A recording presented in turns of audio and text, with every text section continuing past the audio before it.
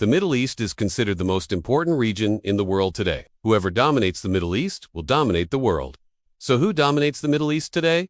The US or China? Let's find out. The US has always considered the Middle East as its backyard. After the 9/11 attacks, the US went to war in Afghanistan and Iraq. They also carried out countless drone strikes in countries like Yemen, Syria, and Libya. But what about China? Well, China has never invaded or attacked any country in the Middle East. Which one is more important? That's because the Middle East is also home to the largest oil reserves in the world. There is a total of 551 billion barrels of oil in the Middle East. That's almost half of the world's total reserves. So if you want to dominate the world, you must have control over the Middle East. Well, that depends on how you look at it. The Middle East is rich in oil and gas, so whoever controls the Middle East will control the energy supply of the world. Currently, the US is the largest producer of oil in the world. It produces 12 million barrels per day. Saudi Arabia is second. It produces 10 million barrels per day. China is the largest consumer of oil in the world. It consumes 16 million barrels per day. That's why China needs a stable supply of oil. That's why China has invested so much in the Middle East. If the US cuts down oil supplies from the Middle East, it will hurt itself first. The US consumes around 20 million barrels per day.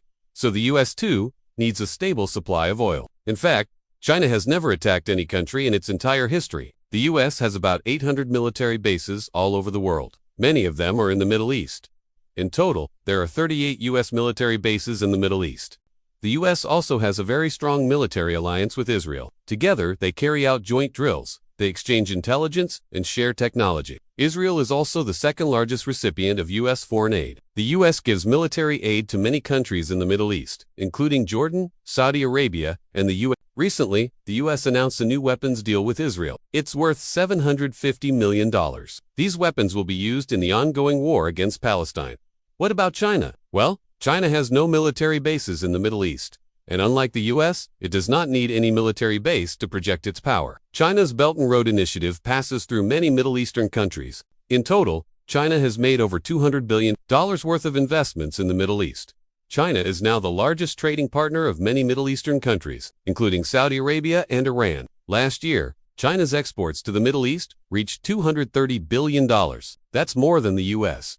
China has also signed a major deal with Iran. It's worth $400 billion.